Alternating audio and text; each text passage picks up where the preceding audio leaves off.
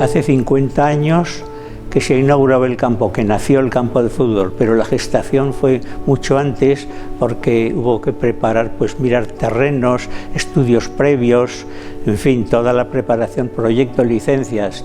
O sea que estamos hablando de unos 55 años desde que empezamos a hablar. Cuando éramos amigos, era el presidente del Huesca y hablando de, oye, que la posibilidad de hacer un campo de fútbol. De momento pues nos pareció que era una utopía, meternos a construir un campo de fútbol. Es una sensación, no sé cómo decir, de pensar en cómo se inició todo el campo de fútbol de San Jorge, el campo de fútbol actual, que es magnífico, son magníficas estas instalaciones y desde luego es para felicitar a la directiva y que tanto el campo como el equipo estén en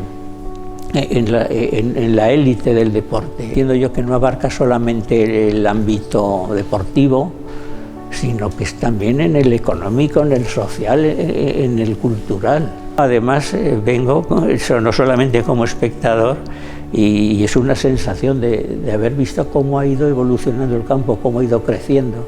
Los campos con las esquinas abiertas me da una sensación de que no está terminado, de que falta algo.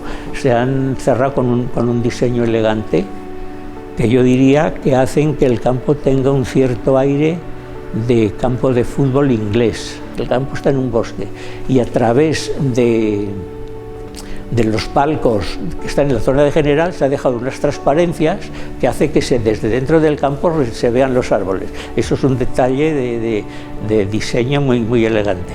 Por eso felicito a mi amigo y colega Nacho Lacarte. Una anécdota que me la comentó José María Mur, vino a jugar el Levante y pues vieron el campo, en fin, ver el césped y demás, y con el Levante jugaba Castelli, un internacional chileno, y le gustó tanto la alfombra del césped que comentó que el que no jugara bien al fútbol en este césped es que no sabía jugar al fútbol. La primera idea del club era hacer un campo para equipo de tercera división y una capacidad de 5.000 espectadores. Entonces pues empezamos a ver cómo situamos el campo de fútbol en un terreno que era un campo de cultivo, no había accesos, no había parcelación, no había nada de urbanismo y había que empezar a hacer un campo de fútbol sobre la nada. En la época pues era un dinero, sí, era un dinero, 15 millones de pesetas, 22.000 metros cuadrados, un terreno irregular, con una ligera pendiente norte-sur. El primer aspecto era situar el campo de fútbol, como digo, que tenía una ligera pendiente, de forma que económicamente resultara lo mejor posible, es decir, que el movimiento de tierras a remover se compensara con el de tierras a rellenar. Para situar el campo tuve en cuenta tres aspectos completamente distintos. Entonces no había iluminación, los campos no tenían iluminación, se jugaban los domingos a primera hora de la tarde